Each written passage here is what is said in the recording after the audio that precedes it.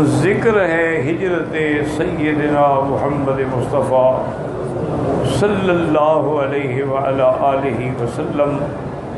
جیسا میں نے عرض کیا تھا کہ حضور صلی اللہ علیہ وسلم اپنے گھر سے سیدنا صدیق رضی اللہ تعالیٰ کی میت میں تشریف لے گئے جبل ثور پہ، اور غار ثور میں آپ نے 3 راتیں گزاری،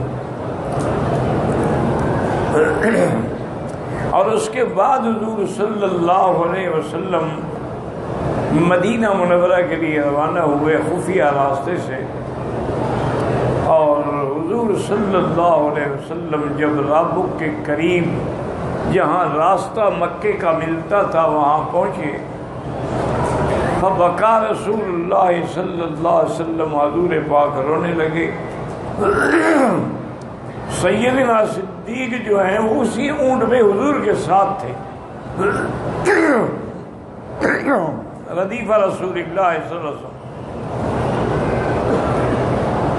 انہوں نے عرض کیا کہ ما یبکیک یا رسول اللہ صلی اللہ علیہ وسلم، آپ کو کس وجہ سے رونا آیا ہے؟ تو آپ نے فرمایا انی اتذکر مکہ، مجھے مکہ یاد آ گیا۔ تو اللہ تعالیٰ نے اسی سفر میں یہ آیت نازل فرمائی، ان الذی فرض علیک القرآن لرادک الی معاد، جس میں اللہ نے خوشخبری دی کہ میرے مدنی ہم آپ کو واپس لائیں گے مکے میں، اور بڑی شان سے لائیں گے۔ بعض علماء نے یہ بھی لکھا ہے کہ اگر یہ آیت آدمی پڑھ کے اکثر بار بار پڑھ کے دعا کرتا رہے تو اس کو اللہ تعالیٰ مکہ مکرمہ اور مدینہ منورہ کی حاضری نصیب فرماتے ہیں، یعنی حج نصیب ہوتا ہے، عمرہ نصیب ہوتا ہے۔ اب حضور صلی اللہ علیہ وسلم آگے چلے تو اس علاقے کا قبیلہ جو ہے وہ بنی مدلج ہے، اور اس کا سردار سراقہ ہے۔ سراقہ کہتے ہیں کہ میں بیٹھا تھا کہ میرے کچھ لوگوں نے آ کے مجھے خبر دی کہ سمندر کے کنارے 3 اونٹنیاں ہیں جن پہ کچھ سوار جا رہے ہیں، شاید یہ وہی سوار تو نہیں ہے جن کے لیے مکے والوں نے انعام مقرر کیا ہے،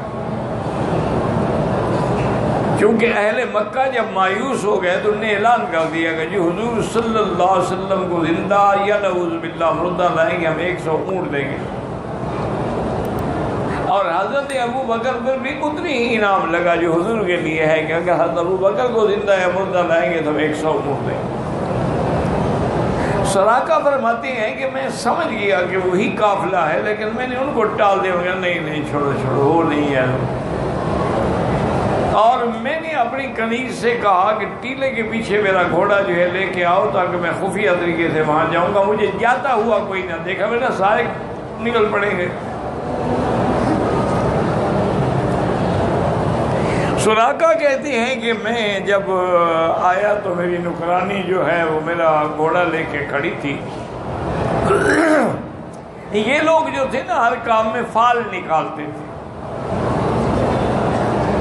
اور فال ان کی یہ ہوتی تھی کہ تیر بنے ہوئے ہوتے تھے لکڑی کے، اور اس پہ ایک پہ لکھا ہوتا تھا نعم، ایک پہ لکھا ہوتا تھا لا، ایک پہ لکھا ہوتا تھا بینا بینا۔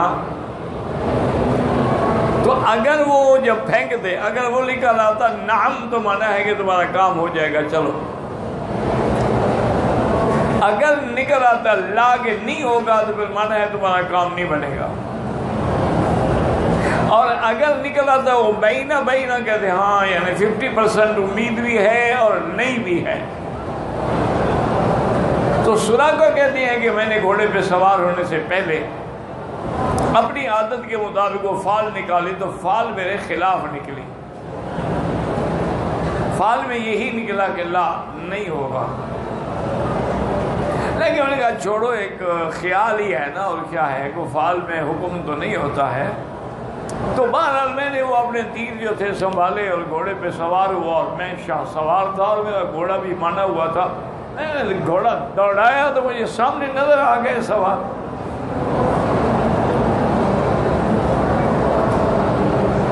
حضور صلی اللہ علیہ وسلم تو اونٹ میں بیٹھے ہوئے اللہ کے ذکر میں مشغول ہوتے تھے، لیکن سیدنا صدیق فرماتے ہیں میں ادھر ادھر دیکھتا رہتا تھا۔ میں نے دیکھا کہ ایک سوار گھوڑے پہ آ رہا ہے، میں سمجھ گیا کہ یہ خیر کا مسئلہ نہیں ہے، تو میں نے عرض کیا کہ یا رسول اللہ ہمارے تعاقب میں کوئی آ رہا، اور میں معذرت کا بیسنین اللہ ثالث ہوں گا، ابو بکر کیوں غم کرتے ہو، جن کے ساتھ اللہ ہے ان کا کوئی کیا بگاڑ سکتا ہے۔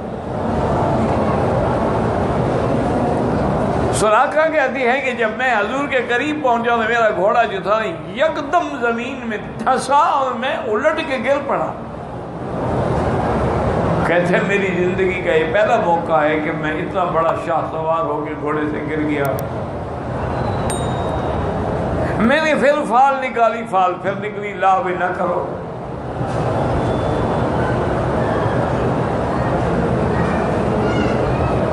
اب اس کے بعد کہتی ہیں کہ میں نے پھر گھوڑے کو تھپکا، خود بھی اٹھا، کپڑے جھاڑے، سوار میں نے پھر گھوڑا دوڑایا، گھوڑا پھر دھس گیا۔ اب میں گرا نہیں، میں نے سنبھالا ہوا تھا اپنے آپ کو، لیکن گھوڑے کے اگلی پاؤں جو تھے زمین میں دھس گئے، ریت میں۔ میں نے کہا میرا گھوڑا تو کیسا اتنا کمزور نہیں ہے، یہ کیا ہو رہا ہے آخر؟ میں نے پھر زور سے آواز دی، میں نے کہا جانے والوں ٹھہر جاؤ، میں اب تمہارا دشمن نہیں ہوں۔ حضور نے فرمایا ابو بکر اونٹنی روک دو، آنے دو اس کو۔ حضور پاک بھی اونٹنی سے اترے، اتنی دیر میں سراقہ بھی آیا اور اس نے کہا کہ یا رسول اللہ صلی اللہ علیہ وسلم میں آیا تو آپ کو پکڑنے کے لیے تھا کہ مجھے لالچ تھی کہ 200 اونٹ مل جائے گا، لیکن یہ جو واقعات دو میرے ساتھ ہوئے ہیں اس سے میں نے اندازہ لگایا ہے کہ آپ سچے ہیں، حق پہ ہیں، اللہ کے نبی ہیں، آپ کا ہم مقابلہ نہیں کر سکیں۔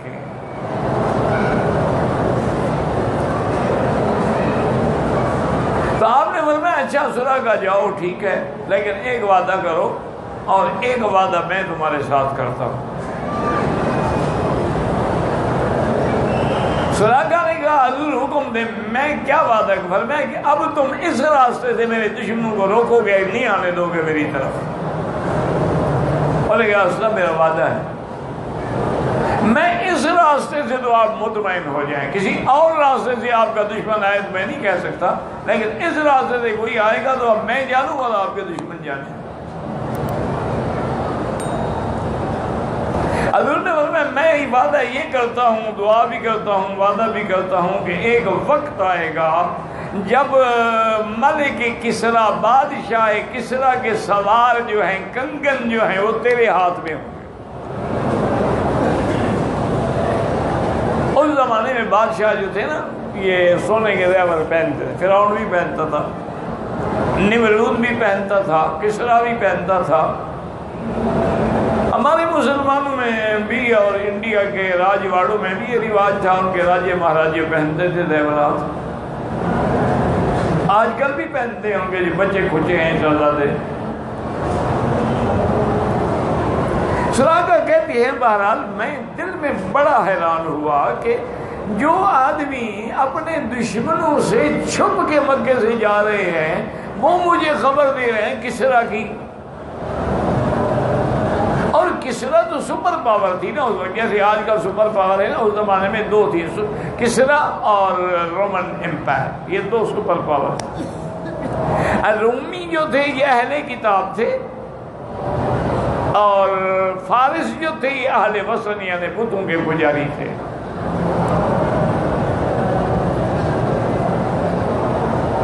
اللہ کی شان دیکھیں، حضور نے فرمایا کہ ابو بکر پیاس محسوس ہو رہی ہے، کوئی نظر دوڑاؤ کہیں کوئی بدو لوگوں کا کوئی خیمہ شیمے نظر آ جائے۔ تو فرماتے ہیں کہ ایک جھوپڑی اور ایک خیمہ نظر آیا تو ہم نے اونٹوں کے رخ ادھر کر دیے، وہاں آئے تو دیکھا کہ صرف ایک عورت ہے، ام معبد اس کا نام تھا۔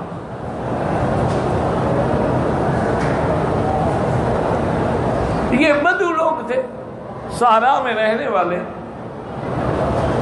اور نے کہا اہلاً و مرحباً بضیوف اللہ، اللہ کے مہمانوں کو میں اہل و سال کہتی ہوں، خوش آمدید کہتی ہوں۔ فرماتے ہیں ہم اترے تو حضور نے فرمایا کہ حل عندک فی البیت شیء، تمہارے گھر میں کوئی دودھ، کوئی لسی، کوئی پینے کی چیز ہے؟ اس نے کہا لا یا رسول اللہ، میرا شوہر جو ہے وہ بکریاں چرانے کے لیے نکل گیا، پھر میں یہ بکری جو کھڑی ہوں، کہا حضور یہ تو بیمار ہے، یہ تو اپنا بوجھ بھی نہیں اٹھا سکتی بیچاری، چلنے کے قابل ہوتی تو یہ ویوڑ کے ساتھ نہ جاتی۔ آپ نے فرمایا تم اس بات کو چھوڑو، تمہاری اجازت ہے کہ ہم اس سے دودھ لے لیں؟ پیغمبر ہر بات میں ہمیں سبق دے رہے ہیں کہ بغیر کسی کی اجازت کے کوئی چیز بھی لے سکتے ہیں۔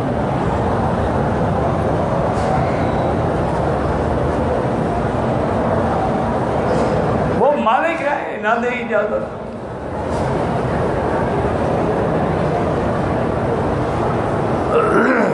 وہ مسکرائی بیچاری بوڑھی جو تھی، انہوں نے کہا حاضر ہے جی، ٹھیک ہے، مجھے کیا انکار ہے۔ تو آپ نے برتن منگوایا۔ حضرت ابو بکر صدیق فرماتے ہیں میں نے اس دن دیکھا کہ حضور کو تو بکریاں چونے کا طریقہ بھی آتا ہے، کہ باقاعدہ جیسے بکریاں چوئی جاتی اسی طرح حضور پاؤں کے بل بیٹھے اور برتن کو اپنے دونوں ٹانگوں کے درمیان میں رکھا، اس کی پشت پہ ہاتھ پھیرا بکری کے اور اس کے تھنوں پہ ہاتھ لگایا اور کہا کہ یا اللہ تیرا نبی آج مہمان ہے۔ اللہ صلی اللہ علیہ وسلم۔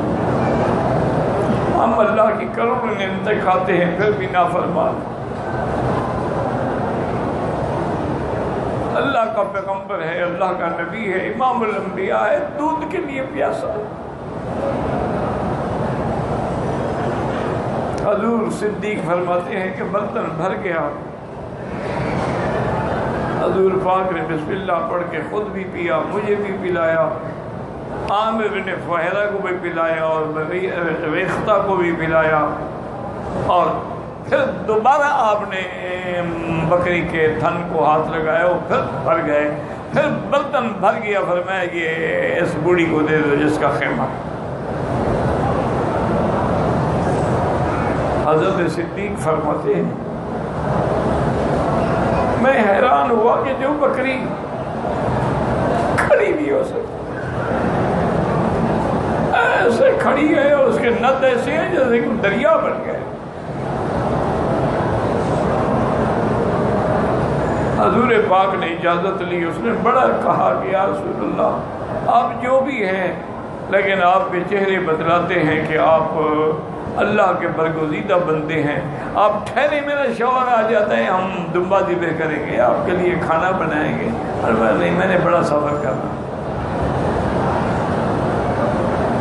تو ام معبد کی حدیث مبارک میں جو حضور کا حلیہ مبارک ہے، ایسا آج تک نہ کوئی صحابی بیان کر سکا، نہ کوئی تابعی، نہ کوئی عالم، نہ کوئی محدث، نہ کوئی مفسر۔ حدیثوں میں موجود ہے۔ ام معبد کے بجائے شوہر جب آیا تو فضا بدلی لگی۔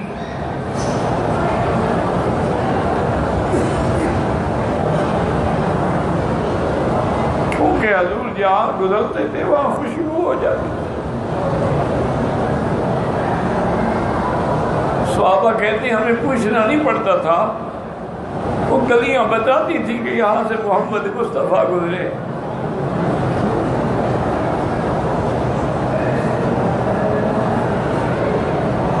اللہ اکبر۔ میں معبد کے شوہر نے پوچھا آج تو کوئی نہیں؟ انہوں نے کہا ہاں بالکل نئی بات ہے، آج اس طرح کے مہمان آئے، اس طرح بکری پہ ہاتھ دھرنے کا۔ ہاں ھذا صاحب قریش، یہ وہی آدمی ہیں جن کو قریش ڈھونڈ رہے ہیں۔ اچھا تم مجھے ذرا حلیہ تو بتاؤ۔ اس نے پھر حضور کا حلیہ بتایا صلی اللہ علیہ وسلم۔ اللہ نے حضور کو جو جمال دیا تھا اس کی دنیا میں کوئی مثال نہیں۔ یہ جو آتا ہے نا حدیثوں میں کہ حضرت یوسف علیہ السلام کو اللہ نے جو حسن جمال پیدا کیا، آدھا یوسف کو دیا اور آدھا ساری دنیا پہ تقسیم کیا، یہ حضور کے ماں سوا ہے، حضور کا معاملہ ہی الگ ہے۔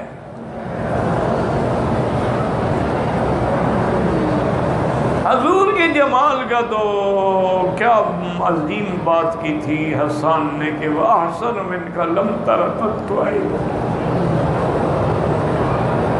آقا تم سے زیادہ خوبصورت میری آنکھوں نے آج تک نہیں دیکھا۔ وَأَجْمَلُ مِنْكَ لَمْ تَلِدِ النِّسَاءُ، حضور آپ جیسا بچہ کسی ماں نے جینا ہی نہیں ہے۔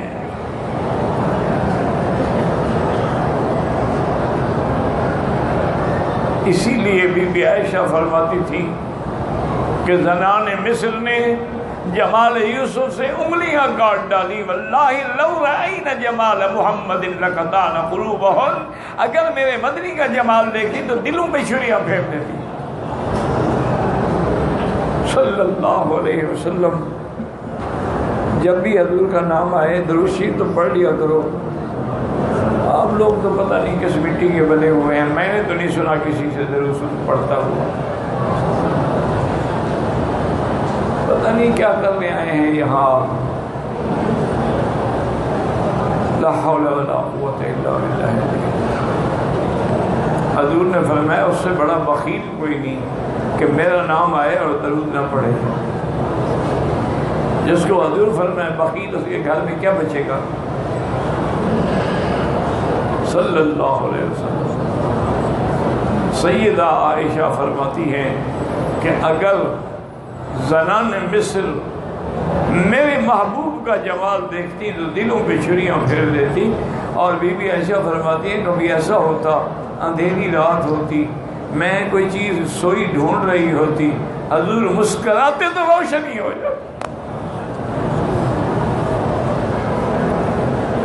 صلی اللہ علیہ یا رسول اللہ، صلی اللہ علیہ یا محمد، یا رب صلی علی محمد۔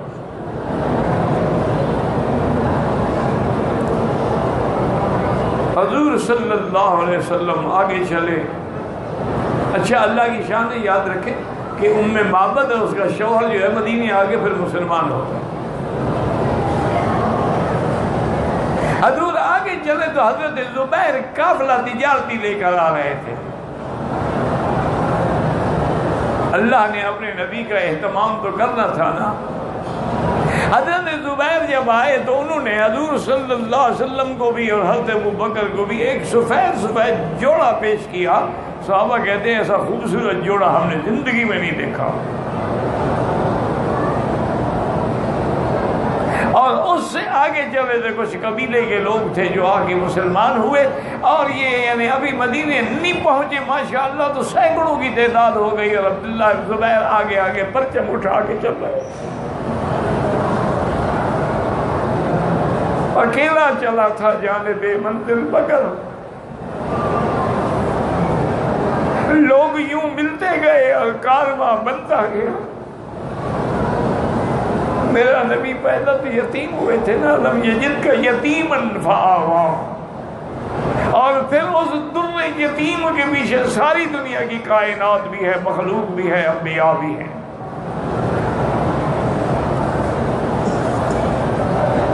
مدینے والوں کو بھی انتظار تھا کہ حضور آ رہے ہیں۔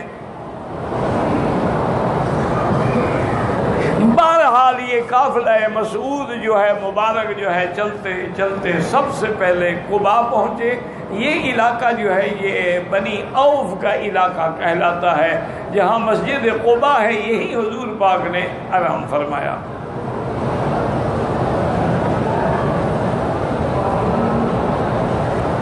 اس سے پہلے تو یہ حدیث نہیں ہے نا، مانا ہے کہ حضور کے وہاں نمازیں پڑھنے سے، قدم فرمانے سے اللہ نے جیسے مسجد الحرام کو بھی رنگ دیا ہے، مسجد اقصیٰ کو بھی رنگ دیا ہے، مسجد نبوی کو بھی رنگ دیا، مسجد قباء کو بھی رنگ دیا کہ آپ مدینے سے چلے آگے 2 رکعت پڑھیں اور پورے عمرے کا ثواب لے جائیں۔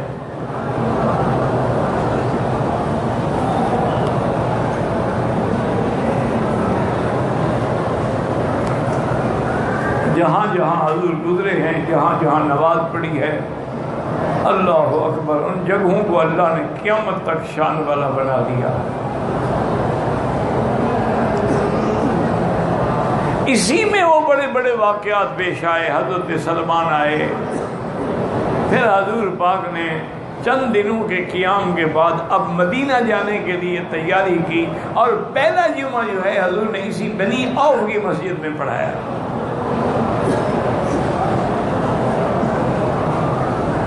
اور جب حضور مدینے کی طرف جا رہے تھے، صحابہ کہتے ہیں عجیب منظر تھا۔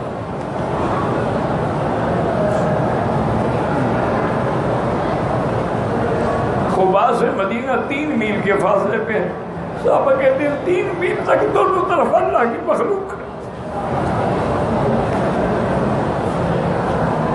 بچیاں جھنڈیاں لے کے کھڑی ہیں، اور حبشی جو ہیں کالے نوجوان لڑکے جو ہیں وہ آپ کے آگے آگے اپنے دھمال ڈال رہے ہیں، تیر اندازی کر رہے ہیں، خوش ہو رہے ہیں، بتا اپنی خوشی کر رہے ہیں، ان کو کوئی پتہ نہیں بیچاروں۔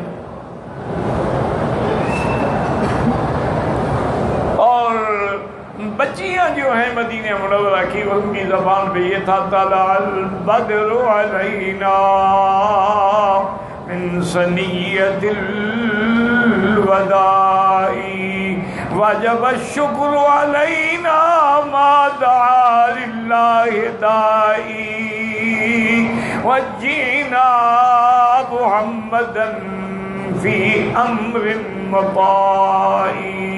وہ بچیاں خوش ہو کے پڑھ رہی ہیں حضور کے استقبال کے لیے، حضور کی دعوت کے لیے، قیام کے لیے، سارے عرض کر رہے ہیں۔ حضور نے فرمایا کچھ نہ کہو میری اونٹنی کو، انہا مامورۃ، یہ اللہ کے حکم کی پابند ہے، جہاں میری اونٹنی بیٹھ جائے گی میں اسی کا مہمان بنوں گا۔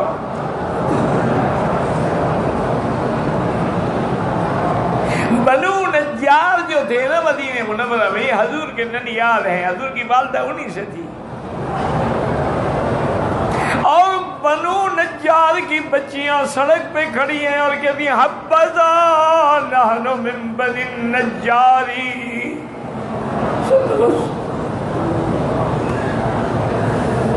حبذا محمدا بجاری، یا رسول اللہ ہم تو تیرے ننیال سے، آپ ہمارے مہمان بنتے، لیکن اللہ کا نبی اللہ کے حکم کا پابند ہے۔ اب یہاں مسجد نبوی ہے نا، یہیں آ کے حضور کی اونٹنی بیٹھی، اور اسی وقت حضور نے ارادہ فرما دیا کہ میں یہاں مسجد تعمیر کا، اونٹنی پھر کھڑی ہو گئی۔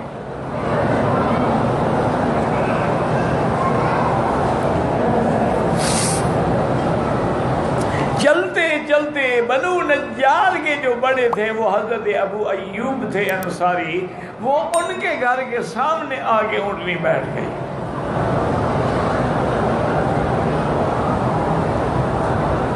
ان کا 2 منزلہ گھر تھا،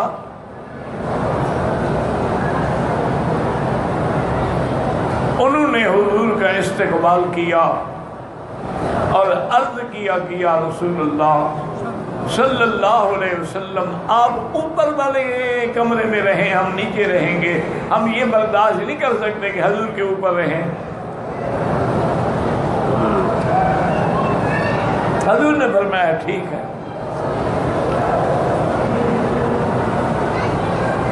اللہ کی شان یہ ہے کہ اس کے بعد جو ہے بی بی یعنی وہ فرماتے ہیں ابو ایوب اپنی بیوی سے کہ خیال رکھنا اگر اٹھنا پڑے یا چلنا پڑے تو دیوار کے قریب قریب چلنا، کہیں حضور کے اوپر ہمارے قدم نہ آئیں۔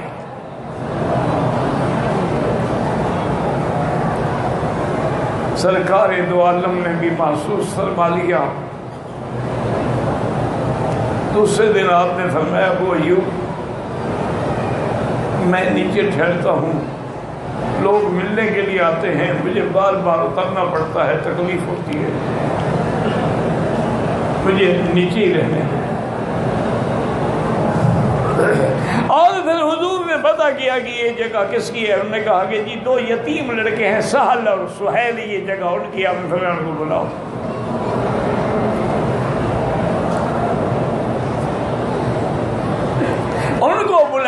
بعد حضور نے فرمایا کہ بیٹا میں یہاں اللہ کا گھر بنانا چاہتا ہوں، مسجد بنانا چاہتا ہوں، یہ زمین بیچ دو۔ انہوں نے کہا لا یا رسول اللہ، یہ زمین حاضر ہے، ہم وقف کرتے ہیں، مسجد بنائیں آپ، اور بغیر پیسوں کے نہیں۔ تو وہ زمین خریدی حضور نے اور مسجد نبوی کی بنیاد رکھی۔ اب مدینہ منورہ میں آنے کے بعد تو پھر صحابہ ٹوٹ پڑے، جو کہیں تھا وہ آتا گیا آتا گیا آتا گیا، مدینہ محمد مصطفیٰ کا مرکز و مستقر بنتا گیا۔ اس لیے اللہ فرماتے ہیں میرا مدنی فَإِذْ يَمْكُرُ بِكَ الَّذِينَ كَفَرُوا، جب کافر مکر ہوتا ہے خفیہ تجویز، خفیہ تدبیر کرنا، اس کو کہتے ہیں مکر۔ وَإِذْ يَمْكُرُ بِكَ الَّذِينَ كَفَرُوا لِيُثْبِتُوكَ، آپ کو قید کر دیں، او يَقْتُلُوكَ یا قتل کر دیں، او يُخْرِجُوكَ یا مدینے سے نکال لیں۔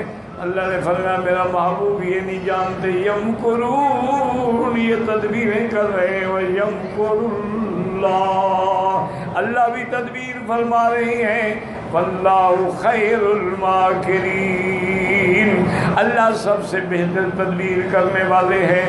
کافروں کے مکر ٹوٹ گئے، تدبیریں پھوٹ گئیں، اور آمنہ کا لال شان و شوکت سے مدینہ منورہ میں پہنچ گیا، صلی اللہ علیہ وعلا آلہ واصحابہ وسلم تسلیما کثیرا کثیرا۔ اگر اللہ مدینے کی حاضری نصیب فرمائے بڑے ادب سے چلا کریں، علماء نے لکھا ہے کہ پاؤں زمین پہ مار کے نہ چلیں، خاشعا متواضعا، بڑے خشوع سے تواضع سے چلا کریں، اور مسجد نبوی میں جہاں بیٹھیں درود پڑھا کریں۔ صرف سامنے جب آئیں واجہ شریف میں تو وہاں صلاۃ و سلام صیغہ خطاب کے ساتھ اجازت ہے، ورنہ آپ جہاں بھی ہیں وہاں سے صرف درود شریف پڑھیں گے تو یہ وہ مقام ہے۔ اور پھر جتنے دن اللہ توفیق دے جنت البقیع الغرقد پہ بھی حاضر ہوں، جہاں حضور کی ازواج مطہرات ہیں، جہاں حضور صلی اللہ علیہ وسلم کی بیٹیاں ہیں، جہاں سیدنا عثمان مظلوم ہے، جہاں امام مالک ہے، جہاں صحابہ ہیں، ائمہ محدثین مجتہدین ہیں، اور اسی طرح شہداء احد پر بھی جا کے حاضری دیا کریں۔ حضور صلی اللہ علیہ وسلم خود تشریف لے جاتے تھے شہداء احد کے لیے، کیونکہ وہاں آپ کے چاچا سیدنا حمزہ بھی ہیں، مصعب بن عمیر بھی ہیں، اور یہ وہ پہاڑ بھی ہے جو حضور صلی اللہ علیہ وسلم سے محبت کرتا تھا۔